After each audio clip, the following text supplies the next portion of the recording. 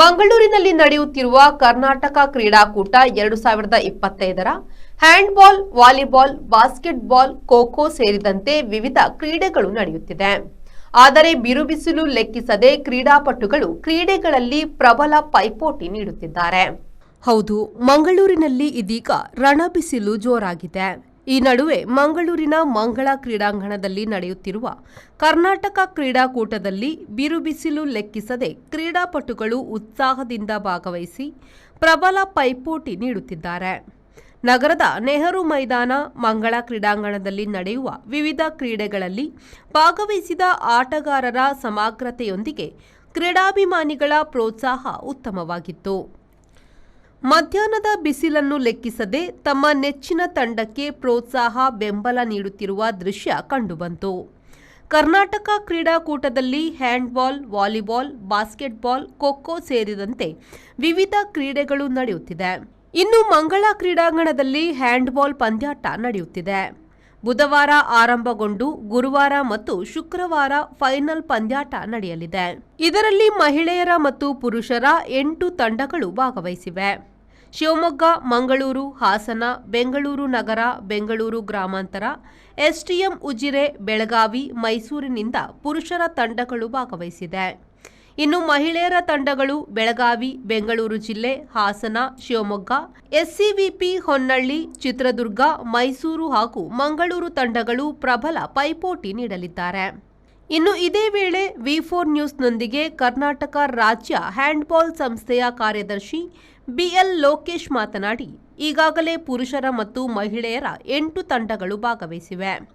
ಎಲ್ಲಾ ತಂಡಗಳು ಪ್ರಬಲ ಪೈಪೋಟಿ ನೀಡುತ್ತಿದೆ ಎಂದರು. ನ್ಯಾಷನಲ್ ಸ್ಟೇಟ್ ಗೇಮ್ಸ್ನ ಕಾಂಪಿಟೇಷನ್ ಡೈರೆಕ್ಟರ್ ಆಗಿದ್ದೀನಿ. ಈ ಹ್ಯಾಂಡ್ಬಾಲ್ ಕ್ರೀಡಾಕೂಟ 21, 22, 23 3 ದಿನ ನಡೀತಾ ಇದೆ. ಈ 3 ದಿನದಲ್ಲಿ ನಾಳೆ ಅಂದರೆ 23ನೇ ತಾರೀಕು ಬೆಳಗ್ಗೆ ಫೈನಲ್ ನಡೀತಾ ಇದೆ. ಇದಕ್ಕೆ ಕರ್ನಾಟಕ ರಾಜ್ಯದ ಅತ್ಯುತ್ತಮ 8 ತಂಡಗಳಲ್ಲಿ ಬಾಯ್ಸ್, ಮೆನ್ನು 8 ತಂಡಗಳಲ್ಲಿ ಮಹಿಳಾ ತಂಡಗಳನ್ನ ಆಯ್ಕೆ ಮಾಡಿ ಈ ಕ್ರೀಡಾಕೂಟವನ್ನು ನಡೆಸ್ಕೊಡ್ತಾ ಇದ್ದೀವಿ. ಇದು ಭಾರತದಲ್ಲೇ, ನಮ್ಮ ಕರ್ನಾಟಕದಲ್ಲಿ ಮಾತ್ರ ಈ ಥರ ಸ್ಟೇಟ್ ಗೇಮ್ಸು ನಡೀತಾ ಇರೋದು. ಎಲ್ಲೂ ದೇಶದಲ್ಲೇ ಎಲ್ಲೂ ನಡೀತಾ ಇಲ್ಲ. ಈ ಸ್ಟೇಟ್ ಗೇಮ್ಸು ನಮ್ಮ ಕರ್ನಾಟಕ ರಾಜ್ಯದಲ್ಲಿ ಮಾತ್ರ ನಡೀತಾ ಇದೆ. ಅದೇ ಥರ ಈ ಮಿನಿ ಒಲಿಂಪಿಕ್ಕು ಅಂತಲೂ ಸಹ ಕರ್ನಾಟಕ ರಾಜ್ಯದಲ್ಲಿ ಮಾತ್ರ ನಡೆಯುತ್ತೆ. ಭಾರತದಲ್ಲಿ ಎಲ್ಲೂ ನಡೆದಿಲ್ಲ. ಅದೇ ಥರ 3 ಮಿನಿ ಒಲಿಂಪಿಕ್ಸ್ ಕರ್ನಾಟಕದಲ್ಲಿ ನಡೆದಿದೆ. ನಮಗೆ ಕರ್ನಾಟಕ ಒಲಿಂಪಿಕ್ ಅಸೋಸಿಯೇಷನ್ ಮತ್ತು department of youth service and ಎಂಪವರ್ಮೆಂಟಿಂದ ನಮಗೆ ಸಹಕಾರ ಅತ್ಯುತ್ತಮವಾದ ಟೂರ್ನಮೆಂಟು ಆಯೋಜನೆ ಮಾಡೋಕ್ಕೆ ಅವಕಾಶ ಸಿಕ್ಕಿದೆ. ಕ್ರೀಡಾಪಟು ಸುಹಾನಾ ಮಾತನಾಡಿ, ಕ್ರೀಡಾಕೂಟದಲ್ಲಿ ಭಾಗವಹಿಸಿರುವುದಕ್ಕೆ ತುಂಬಾ ಖುಷಿ ಇದೆ. ಮಂಗಳೂರಿನಲ್ಲಿ ನಡೆಯುತ್ತಿರುವ ಕ್ರೀಡಾಕೂಟದಿಂದಾಗಿ ಉತ್ತಮ ಕ್ರೀಡಾಪಟುಗಳು ಹೊರಹೊಮ್ಮಲು ಸಾಧ್ಯ. ಎಲ್ಲಾ ರೀತಿಯ ಸವಲತ್ತುಗಳು ಕ್ರೀಡಾಪಟುಗಳಿಗೆ ಸಿಗುತ್ತಿದೆ ಎಂದರು. ಸ್ಟೇಟ್ ಒಲಿಂಪಿಕ್ ಕಂಡಕ್ಟ್ ಮಾಡಿದ್ರಿಂದ ರಾಜ್ಯದ ಪ್ರತಿಷ್ಠಿತ 8 ಟೀಮ್ಗಳು ಇಲ್ಲಿ ಪಾರ್ಟಿಸಿಪೇಟ್ ಮಾಡ್ತವೆ. ಇದರಿಂದ ಒಳ್ಳೆಯ ಪ್ರತಿಭೆಗಳು, ಒಳ್ಳೆಯ ಕ್ರೀಡಾಪಟುಗಳು ಹೊರಹೊಮ್ಮುತ್ತಾರೆ. ಇಲ್ಲಿ ನಮಗೆ ಅಕಾಮಿಡೇಷನ್, ಫುಡ್ ಎಲ್ಲ ತುಂಬ ಚೆನ್ನಾಗಿದೆ. ಅಫಿಷಿಯಲ್ಸ್ ಎಲ್ಲ ಚೆನ್ನಾಗಿ ಆಫಿಷಿಯೇಟಿಂಗ್ ಮಾಡ್ತಾ ಇದ್ದಾರೆ. ನಾನು ಎಸ್ಸಿವಿಪಿ ಹೊನ್ನಾಳಿಯಿಂದ ಬಂದಿರೋದು. ಆಗಿದೆ ಸರ್, ನಾವೀಗ 3 ಮ್ಯಾಚಸ್ನ ವಿನ್ ಆಗಿದ್ದೀವಿ. ಈಗ ನೆಕ್ಸ್ಟ್ ಕ್ವಾರ್ಟರ್ಸಿಗೆ ಎಂಟ್ರಿ ಆಗಿದ್ದೀವಿ. ತುಂಬ ಖುಷಿ ಇದೆ ಸರ್ ನಾವಿಲ್ಲಿ ಬಂದಿರೋದು. ಸ್ವಲ್ಪ ಬಿಸಿಲು ಜಾಸ್ತಿ ಸರ್ ಇಲ್ಲಿ, ಅಂತ ಎಲ್ಲ ಚೆನ್ನಾಗಿದೆ ಸರ್. ಹಾಂ ಸರ್, ಡೆಫಿನೆಟ್ಲಿ ತಲುಪ್ತೀವಿ. ಫೈನಲ್ ಕೂಡ ವಿನ್ ಆಗ್ತೀವಿ ಸರ್. ತುಂಬ ಚೆನ್ನಾಗಿದೆ ಸರ್, ಸ್ಟ್ರಾಂಗ್ ಇದೆ ಸರ್.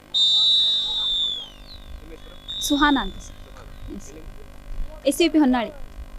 ವಿವಿಧ ಜಿಲ್ಲೆಯ ತಂಡಗಳು ಬಿರು ಬಿಸಿಲು ಲೆಕ್ಕಿಸದೆ ಕ್ರೀಡೆಗಳಲ್ಲಿ ತೊಡಗಿಸಿಕೊಂಡಿದ್ದಾರೆ.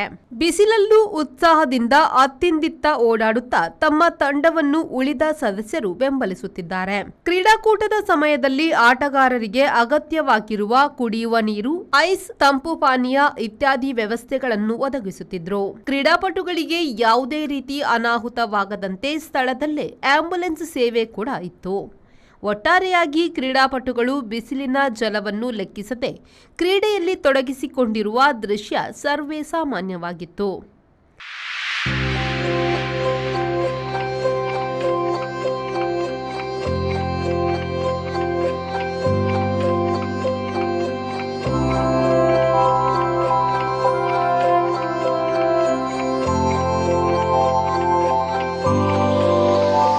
ಮಂಜುನಾಥ್ ಪ್ರಸಾದ್, ವಿ4 ನ್ಯೂಸ್, ಮಂಗಳೂರು.